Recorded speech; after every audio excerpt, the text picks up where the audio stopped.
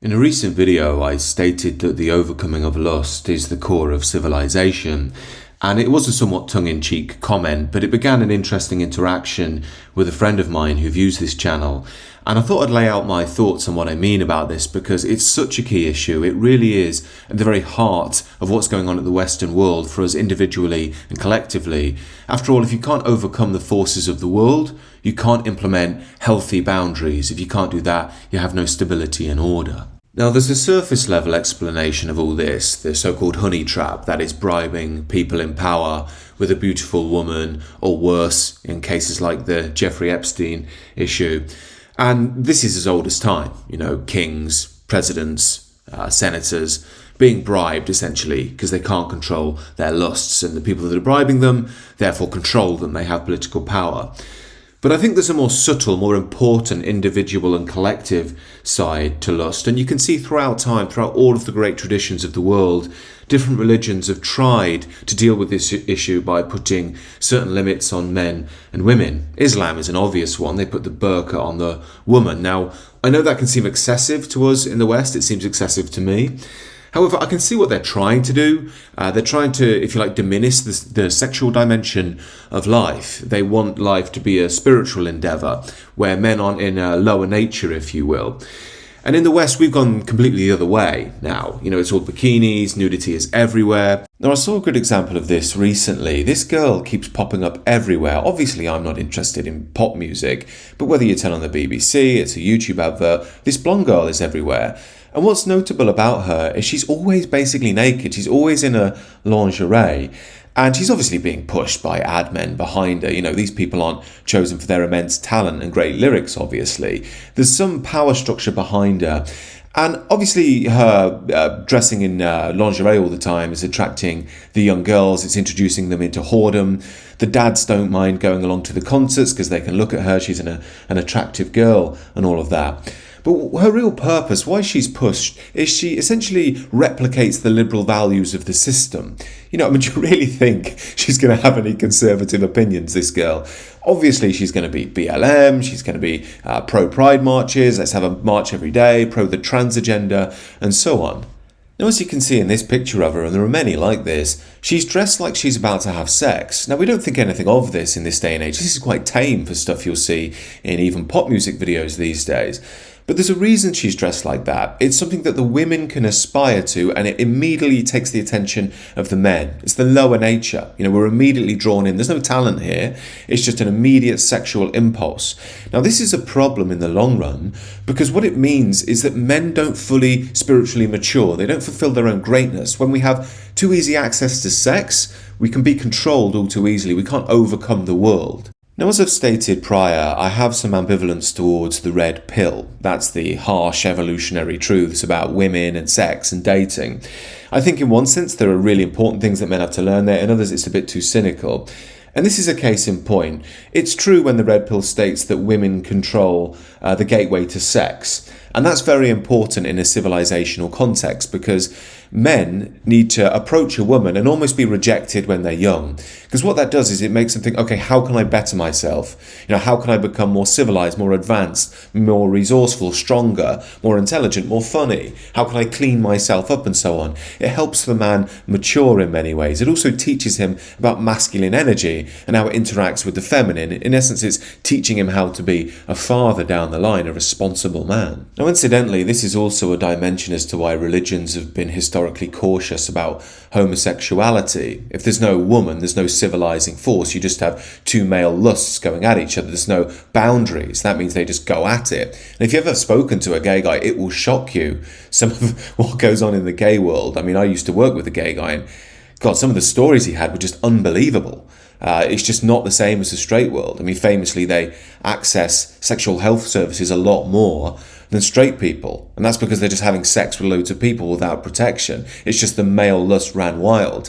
Now, it's easy to point the finger at homosexuals, but we can see the same thing now happening in the West with heterosexuals.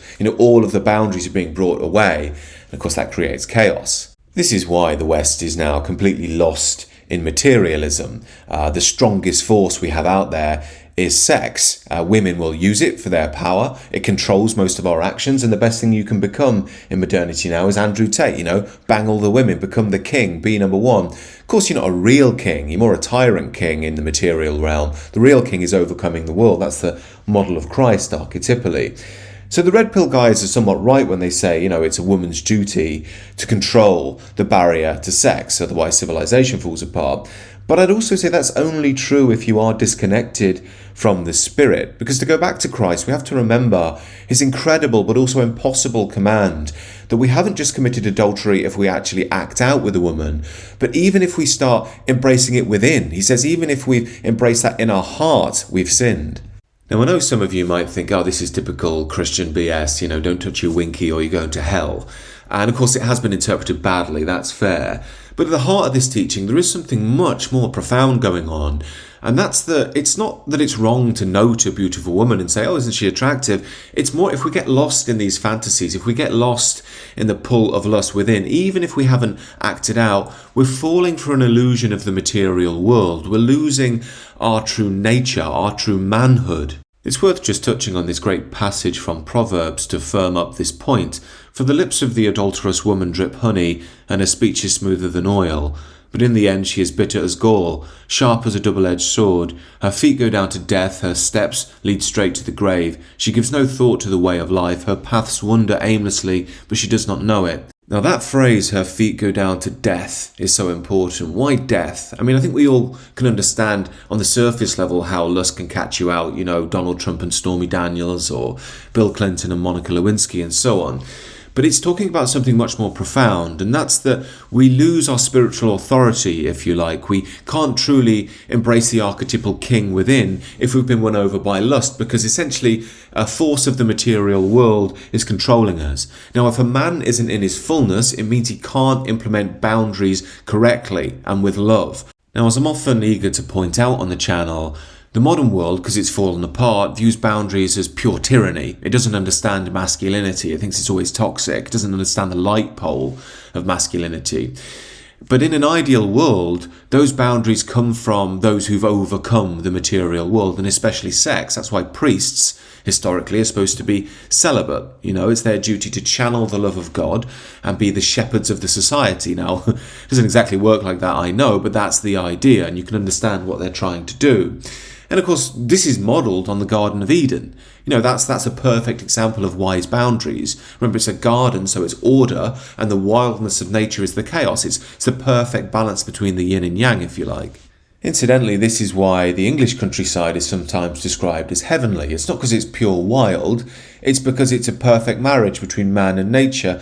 On your screen is some footage from the Peak District I took recently, and as you can see, there are lots of stone walls and so on which show the mark of man, but they don't offend nature in any way. There's a perfect alignment going on here. So this notion of the right boundaries and their alignment with nature runs very deep in us as human beings. And back to the red pill, one of its good teachings that really helped me in my life is the strongest negotiating position with a woman, or in other forms of life, is being able to say no and mean it. If you can walk away from her, you can show you can overcome her. Now, this is all intuitive for a man and a woman. To a woman, intuitively, it's signifying to her that a man can overcome her. He's not going to be weak before her. That will make her attraction absolutely boom towards that man. Now, as you can imagine, a lot of guys who are into the red pill thing, you use that to manipulate women. They'll kind of mock walking away in order to get them. But at the root is a deeper spiritual teaching. Again, in essence, what you're embracing there is a man in his fullness. Now, in spiritual terms, when we're in such a state, we're at one with Adam. We are Adam with God before the fall, if you like. That's oneness, a peace. We're not concerned by the goings-on of the world. We're not lost in thoughts in the mind. And remember, it was Eve who tempted Adam, i.e. lust. The snake worked through Eve to get to Adam through his lust for her. Then he fell away into the world and ate from the tree of good and evil. Of course, that's a symbol of going into materialism. As soon as that happens, Adam becomes self-conscious. Now, this isn't just aimless spiritual mumbo-jumbo. It has real-world meaning symbolically for us. The idea is if we can't overcome lust, like Adam, we'll fall away from our natural peace into a world of self-consciousness. We'll be obsessed with sexual prowess, getting laid, paranoia about where we rate on the sexual scale, the world of Freud, ultimately. Now, we can see in the modern West that many of us have fallen for Hollywood love. What we call falling in love is more often falling into hell. It's a lustful, materialistic thing. It's why religious traditions historically offer spiritual dimensions to overcome this and discover true love and true marriage. The West, of course, took on Christianity, the idea that you nail yourself to the cross with Christ and be reborn as Adam in his fullness. The lovely quote, "I am crucified with Christ, yet not I, but Christ liveth in me." Now, this stuff is absolutely huge. It's at the absolute core of our civilization. Yet if you speak about it to a modern man, they'll think you're absolutely nuts. Even the church will think you're a bit weird. And they're not really helping men in overcoming this journey, therefore awakening the true king within them, the Christ energy within them that can guide them through the challenges of life. Yet now we're in this odd time where sex has been completely desacralized and is seen as something purely that could be used for economic and material gain. It's simply about worldly pleasure and not much more. And because we've removed all of the boundaries around sex and sexuality that maintained our civilization, things are increasingly weird. Women feel that abuse is up. Men feel that they don't know what to do anymore. You can't go to the gym without women being half naked. And if you thought the religious rules around sex were weird, just look at some of the stuff that's cropping up in the Western world to try and moderate the sexual relationship between the genders. Men face a maximum $10,000 fine after the third offense if they have sex with a woman without the intention of conceiving a child. Men have the same rights no matter where they go in the country. Women have rights based on where they live. It just misses the most basic biological facts.